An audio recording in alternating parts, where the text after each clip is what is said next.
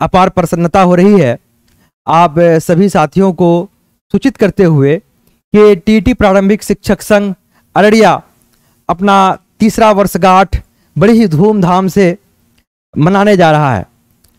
साथियों, हमें याद है 22 सितंबर 2019 के दिन टीपीएसएस का अररिया में गठन हुआ था, गर्ल्स आइडियल एकेडमी अररिया के प्रांगण में, और बहुत ही कम लोग थे। हम मुश्किल से 10 से 15 लोगों ने मिलकर एक सफ़र का आगाज़ किया था और धीरे धीरे ये सफ़र अपने मंजिल की ओर आगे बढ़ता गया और हमारा जो कारवां है ये बढ़ता गया। और अभी के डेट में हर प्रखंड में, चाहे अररिया की बात करें, फारबिसगंज की बात करें, नरपतगंज की बात करें, भरगमा की बात करें, पलासी की बात करें, जोकीहाट की बात करें, सिकटी की बात करें, कुर्साकाटा की बात करें, हर जगह टीपीएसएस के क्रांतिकारी साथी हैं और हर जगह टीटी शिक्षक के हित में वो संघर्षरत रहते हैं।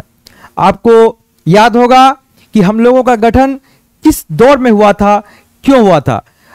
जिस वक्त में हम लोग जो है 2019 में एनआईओएस से या किसी अन्य इससे प्रशिक्षण प्राप्त किए थे और हम लोगों का जो है प्रशिक्षित वेतनमान के लिए सेवा पुस्तिका लिखा जाना था और एक बड़ा षड्यंत्र चल रहा था कि किस तरह से जो है इन लोगों को परेशान किया जाए, इन लोगों का हरास किया जाए।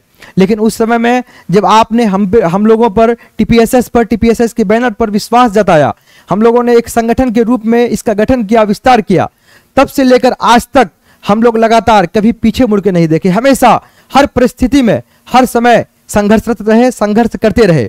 आपको याद होगा कि जो है जब पलासी प्रखंड में दर्जनों शिक्षकों का स्थानांतरण नियम के विरुद्ध कर दिया गया, एक बड़े स्कैम करने की एक जो है रणनीति थी। हम लोगों ने माननीय जिला शिक्षा पदाधिकारी अररिया, जिला कार्यक्रम पदाधिकारी महोदय स्थापना अररिया से मिलकर उससे अवगत कराया और उस मामले को लेकर मुख्यमंत्री तक हम लोग पहुंचे और उस दर्जनों शिक्षकों को टीपीएसएस के संघर्ष के वजह से इंसाफ मिला और वह स्थानांतरण आदेश रद्द हुआ। और जो भी मामला हो टीटी शिक्षक हित में टीपीएसएस हमेशा से खड़ा रहा है, हमेशा से खड़े रहते हैं। आपको याद होगा कि जब जो है बिहार के पूर्व मुख्यमंत्री श्री जीतन राम मांझी जी बिहार आए, बिहार के अररिया जिला आए, हम लोगों ने बड़ी ही बेबाकी के साथ अपनी बात रखी। हम लोगों ने उन्हें सर्वोच्च न्यायालय, माननीय सर्वोच्च न्यायालय के पारा 78 से अवगत कराया। हम लोगों ने बताया उन्हें कि किस तरह से सर्वोच्च न्यायालय ने अपने न्याय निर्णय पारा 78 में स्पष्ट तौर पे एक सुझाव दिया था कि टीटी शिक्षक को बेटर स्किल दिया जा सकता है। उन्होंने भी हम लोगों के सुझाव को समझा था, माना था, भले ही वो इम्प्लीमेंट नहीं हुआ है। हमें नहीं लगता कि ये हमेशा से ही हम लोग इस तरह से इससे वंचित रहेंगे। आज न कल हम लोगों की बात जरूर सुनी जाएगी। अभी जो माननीय शिक्षा मंत्री हैं प्रोफेसर चंद्रशेखर जी, हम लोग इनसे भी मिले, हम लोगों ने इनको भी पारा 78 से अवगत कराया। इन्होंने कहा कि अभी तक हमको 25,000 लोगों से मुलाकात हुआ होगा, 25,000 में से 5,000 लोग टीचर रहे होंगे, लेकिन किसी ने भी इस मामले से अवगत नहीं कराया। आप लोग पहले संगठन के लोग हैं जिन्होंने हमको इस चीज़ से अवगत कराया है। उन्होंने हमसे मांग की कि वो जो पारा 78 का जजमेंट है सर्वोच्च न्यायालय का, आप हमारे पास दीजिए। हम लोग आपसे वादा करते हैं, सभी टीटी शिक्षक साथियों से, हम लोग बड़ी मजबूती के साथ इस चीज़ को रखेंगे। पुनः हम लोग को प्रयासरत हैं कि माननीय शिक्षा मंत्री महोदय से हमारी मुलाकात हो।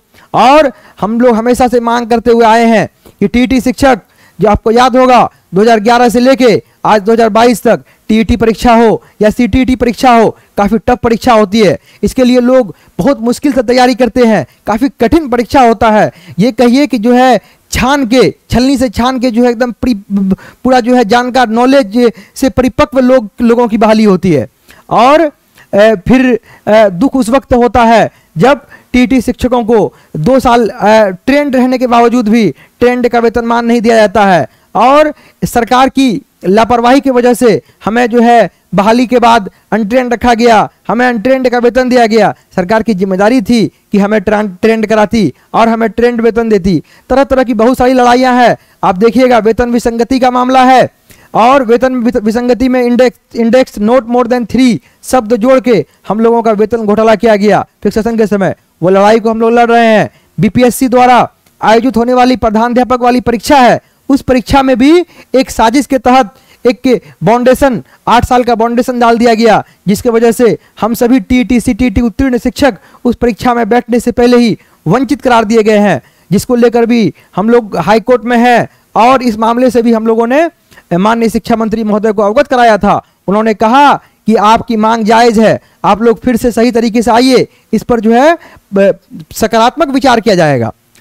साथियों, ये सब तभी प्राप्त होगा, इस सब चीज को हम लोग तभी हासिल कर सकते हैं, हम अपने अधिकार को तभी हासिल कर सकते हैं जब हम संगठित हुएंगे। अगर हम दूसरे के साथ, दूसरे के पीछे चलते रहेंगे, ऐसे लोगों के साथ हम चलेंगे जो जिनको हमारी मांग से, हमारे अधिकार से कोई मतलब ही नहीं है, कोई अर्थ ही नहीं है, आप ये उम्मीद नहीं कीजिए कि वो आपके लिए लड़ेंगे, वो आपके लिए संघर्ष करेंगे। आपको अपने लिए संघर्ष खुद करना होगा, आपको अपने बैनर को मजबूत करना होगा, आपको कंधे से कंधा मिला के चलना होगा, आपको गवर्नमेंट के सामने मजबूती से संख्या बल के आधार पर अपनी बात को रखनी होगी। आज के समय में संख्या बल मायने रखता है, जिसके पास संख्या होती है उसकी सरकार होती है, अगर संख्या किसी के पास कम होती है तो वो सरकार नहीं बना पाता है। उसी तरह संघ संगठन भी है, संघ संगठन में अगर आपके पास संख्या नहीं है तो आपका कोई आधार नहीं है, आप निराधार हैं। आपका आधार तब होगा जब आपकी संख्या बल होगी। इसलिए साथियों, हम कहते हैं, हमेशा कहते हैं, आज भी कह रहे हैं आपसे इस स्थापना दिवस के मौके से कि संगठित होइए, एक साथ चलिए, अपने आप को पहचानिए। और 22 सितंबर को टीईटी प्रारंभिक शिक्षक संघ के अररिया के स्थापना दिवस में माननीय टीपीएसएस के प्रदेश संयोजक श्री राजू सिंह जी, माननीय प्रदेश महासचिव श्री आलोक रंजन जी और भी टीपीएसएस के प्रति आस्था रखने वाले कई अन्य जिलों के साथी वैसे जनप्रतिनिधि जो हमेशा टीपीएसएस के साथ कदम से कदम मिलाकर खड़े रहते हैं, ऐसे लोग इस कार्यक्रम में शामिल होंगे। हम आपसे निवेदन करते हैं, रिक्वेस्ट करते हैं कि आप भी बड़ी से बड़ी संख्या में इस कार्यक्रम में आवें और अपना सहयोग, अपना समर्थन दें, ताकि आगे हमें लगे कि हमारे साथी साथ हैं और हम कदम आगे बढ़ाएंगे तो मंजिल मिल ही जाएगी।